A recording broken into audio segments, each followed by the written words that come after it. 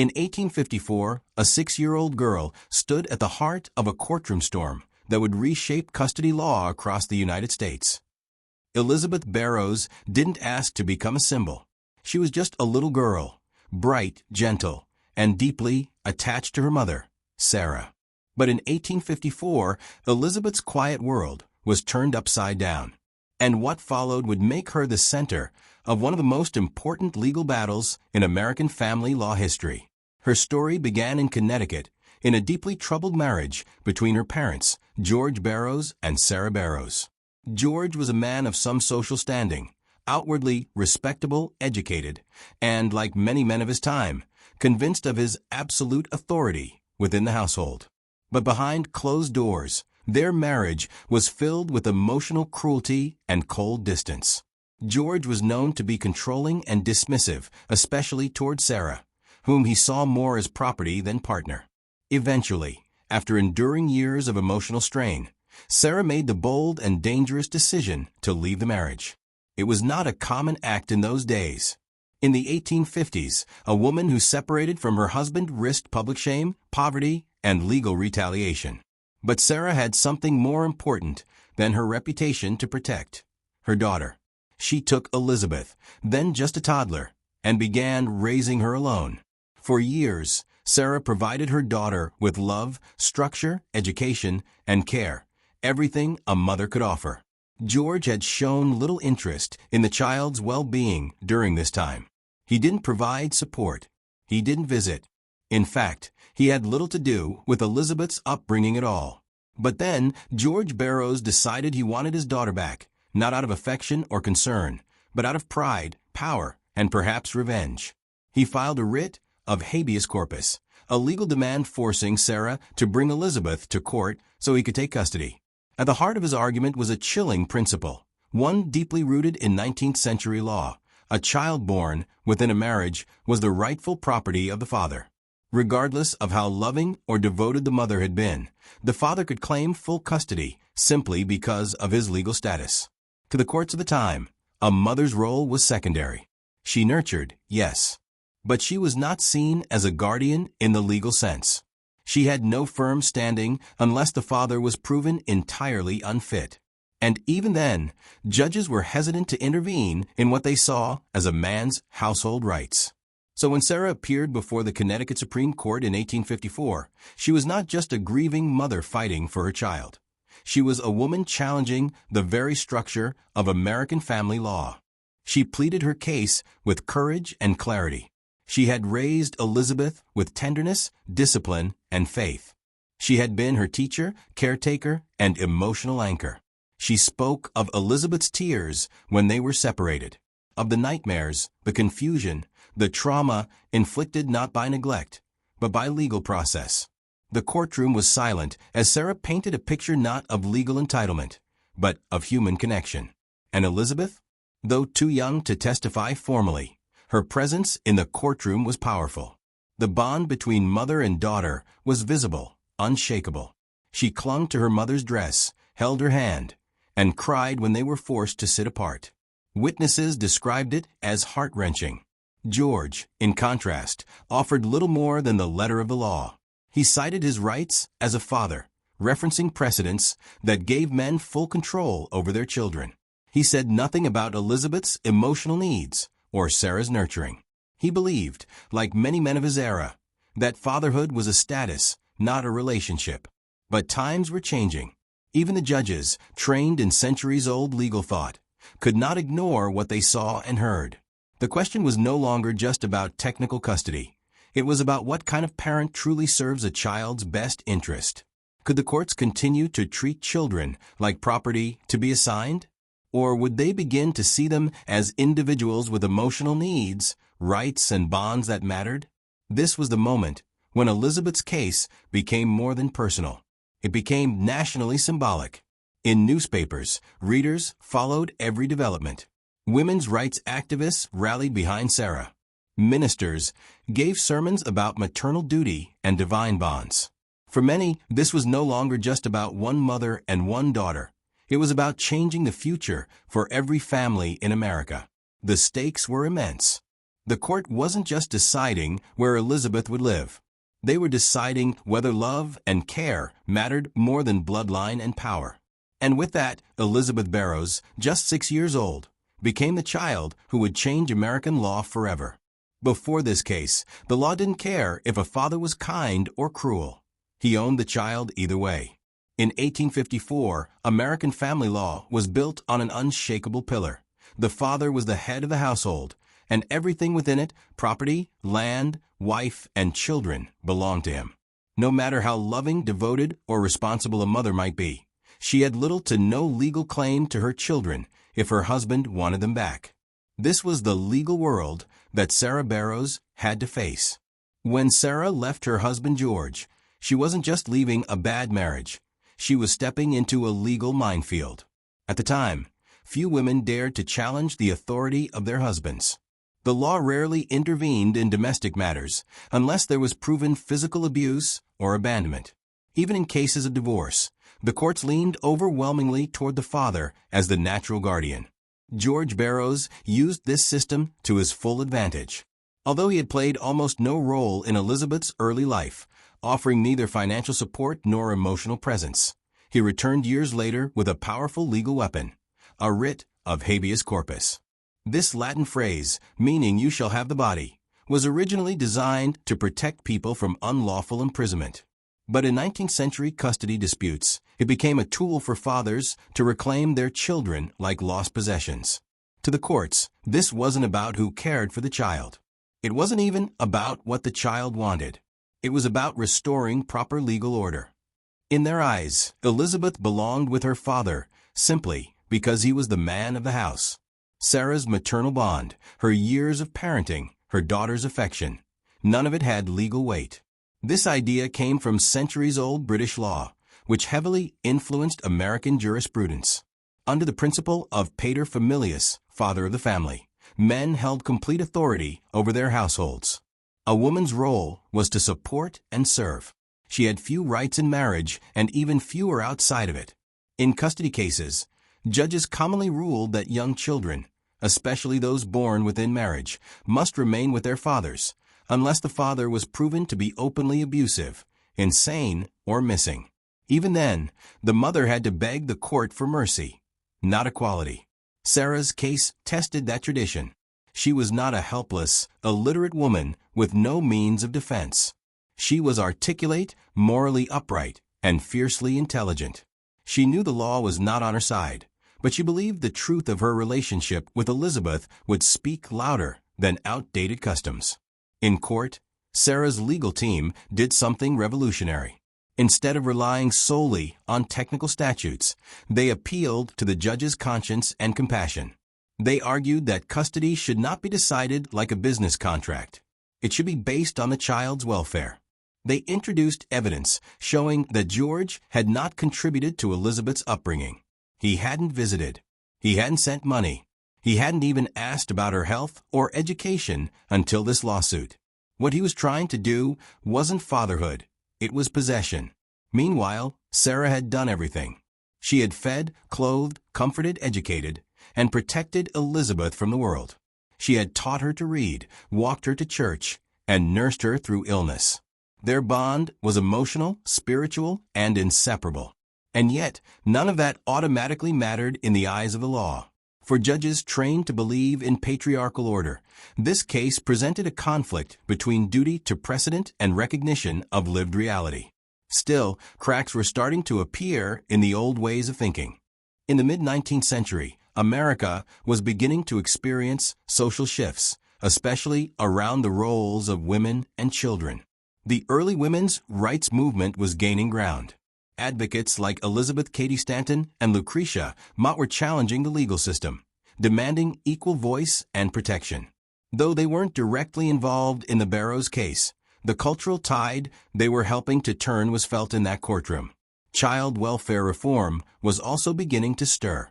Some legal scholars and judges had started to consider that children were not just legal extensions of their fathers, they were individuals with emotions and developmental needs. But these ideas were still fragile and rarely translated into actual court decisions. So when Sarah Barrows walked into that courtroom, She wasn't just confronting her ex-husband. She was confronting a legal structure built to erase her role as a mother. She took a stand that few women in her time dared to take. And in doing so, she asked the judges a question that had no easy answer. If the law does not protect a mother who has done everything right, then who does it protect? The case was no longer just about Elizabeth. It had become a national dilemma, a choice between the comfort of tradition and the necessity of justice. And slowly, reluctantly, the law began to listen. Sarah Barrows didn't just fight for custody. She fought to redefine what it means to be a parent. When Sarah Barrows stepped into the courtroom to fight for her daughter, she was doing more than confronting her estranged husband. She was standing up to an entire legal system that had long refused to acknowledge a mother's voice as equal to a father's. And she was doing it not with power or wealth, but with love, reason, and relentless determination. For years, Sarah had been Elizabeth's everything. She had dried her tears, held her through feverish nights, taught her to read, and whispered bedtime prayers when the world outside their small home felt too big and scary. Their bond wasn't legal. It was emotional, spiritual, and human. But now, that very connection was being questioned by a system that valued the rights of fathers over the relationships forged by mothers. In court, Sarah's calm but passionate testimony became the soul of the case. She described in precise, heartfelt detail how she had raised Elizabeth since infancy, how the child, born into an unhappy marriage, had found safety and structure in her care, how she had kept Elizabeth well-fed and educated despite limited resources. She told the court how her daughter would cling to her in fear when the name father was mentioned, how Elizabeth barely even knew the man who now claimed to love her more than the woman who had raised her. Sarah didn't speak with anger. She spoke with pain. And still, George Barrows sat in court with confidence, relying on a legal system that had always protected men like him. His lawyers reminded the court of the law. He was Elizabeth's father. The marriage had never been annulled, and Sarah had taken the child without his permission. In legal terms, that made her actions little more than abduction. Even though she had never fled the state, never hidden Elizabeth, and never once denied George access.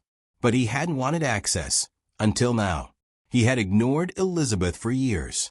He hadn't paid for her care. He hadn't even written letters. But the moment Sarah found the strength to live independently and raise her child without him, he decided to claim what he saw as rightfully his. For the court, this was not an easy case. Tradition sided with George. Law sided with George.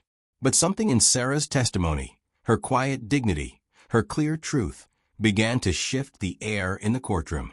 Witnesses came forward in her defense. Neighbors, teachers, and clergy who testified to her character. They described a warm home, a respectful child, and a mother doing everything in her power to raise her daughter with love and principle. The court listened. Then came one of the most emotional moments of the entire trial. Elizabeth, though too young to testify formally, was allowed to be present in the courtroom on several occasions. A reporter at the time described how she would sit quietly near her mother, sometimes holding her hand, sometimes gazing at the judges with wide, uncertain eyes. On one afternoon, as the court adjourned for the day, George reached out to speak to Elizabeth. As he stepped toward her, the girl flinched, clung to her mother's waist, and began to cry uncontrollably. The courtroom went still. It was a moment more powerful than any legal argument, a living example of what it meant to be a parent, and what it meant to be wanted. Sarah's legal team seized on this. They made a radical argument, one that would later reshape American custody law. The child's emotional well-being must take priority over any technical legal right. They called it the best interest of the child. This idea, that a child is not a possession to be returned, but a person whose stability and security matter, was new to most judges. The law had never formally acknowledged that children might prefer one parent, or that their well-being could suffer from being torn away from a primary caregiver. But now the court had seen it. They had felt it. Public opinion was shifting too. Newspapers had picked up the story, often portraying Sarah as a tragic but heroic figure, a mother up against a system that cared more for tradition than truth. Women's rights advocates hailed her as a symbol. Editorials questioned how a man with no emotional investment could legally rip a child from her mother's arms.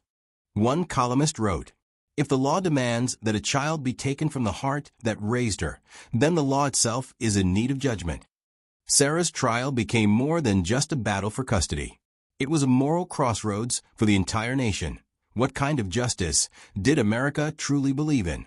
Was it the cold execution of patriarchal law, or the rising recognition of motherhood, care, and emotional truth? Sarah's fight was not yet over, but with each passing day in court, she was changing hearts and quietly rewriting history. The judges looked beyond tradition and made a ruling that changed everything. The courtroom had heard the arguments. The child had been seen clinging to her mother. The community had spoken. Now, all eyes turned to the bench. The Connecticut Supreme Court, steeped in precedent and bound by centuries of common law, faced a question that no American court had yet dared to answer in a meaningful way. Can the love and daily care of a mother outweigh the legal authority of a father? The justices deliberated for hours, then days. On one side stood tradition, English common law, which gave fathers almost absolute rights over their legitimate children. Under that view, the father was the natural guardian, regardless of his character or involvement. His legal claim could only be denied if he was proven to be a threat to the child's survival. On the other side stood a growing reality. Sarah Barrows had done everything a parent could do, and George had done almost nothing at all. There was no evidence of physical abuse or neglect, no direct threat to Elizabeth's life if placed in George's care. And yet, everyone in that courtroom had seen something the law didn't yet account for. A bond that could not be measured in legal contracts. A human connection grounded in love, stability, and trust. That was the turning point. The court returned with its ruling. Custody would remain with Sarah Barrows. But it wasn't just a judgment. It was a redefinition of justice. In their written opinion, the judges acknowledged that while paternal authority was historically protected, the welfare of the child could, and in this case, must, take precedence. They stated plainly that a court cannot ignore a child's emotional well-being, and that the day-to-day care provided by a parent must be considered when deciding custody. Here, for the first time in American jurisprudence, a high court stated that children are not property. This decision was a legal and cultural milestone. It signaled the beginning of the end for the old doctrine of absolute paternal rights. It introduced a concept that would later become central to all family law, the best interests of the child standard. No longer would custody decisions be made based solely on gender, tradition, or marriage contracts. Courts now had a moral and legal obligation to consider what would actually serve the child's emotional and developmental needs. Sarah's victory was deeply personal, but its impact was far-reaching. Legal scholars began referencing the Barrows case in their writings. Law students were taught about it in early family law lectures. Newspapers reported on the decision with a mix of admiration and awe, noting the court's willingness to step away from legal convention in favor of human compassion. One editorial from a New York paper wrote, "This is not only a triumph of motherhood, but a triumph of common sense." The case also triggered broader conversations about women's legal rights. If a mother could win custody of her child, might she also have a stronger claim to her own property, her own income, her own choices? Activists saw the ruling as a foothold in a much larger struggle for gender equality in American law. And perhaps most importantly, the decision changed how judges saw children. No longer silent objects in court battles, children were increasingly viewed as people with needs, fears, preferences, and rights. Judges began asking questions like, who raised the child? Where is the child happiest? What relationship matters most to their well-being? These questions, now standard in custody law, were once unthinkable, and they became part of the legal process because of Elizabeth Barrows. The courtroom, once a cold chamber of precedent, had become a place of human truth, and that shift would echo across generations. For Sarah, the ruling brought both relief and vindication. She left the courthouse with Elizabeth by her side, not just as a mother, but as a woman who had made the legal system listen to her heart. For the first time in her life, the law had spoken her language. But the victory was not just hers. It belonged to every mother who feared losing her child because she didn't hold the right title, to every child whose feelings were once ignored, and to every future judge who would have to choose not between parents, but between what was easy and what was right. Elizabeth Barrows may have been too young to understand her courtroom battle, but it became a milestone in American legal history. After winning the case, Sarah raised Elizabeth in peace. But the ripples of their courtroom battle extended far beyond their quiet lives. Legal scholars, judges, and legislators began rethinking family law.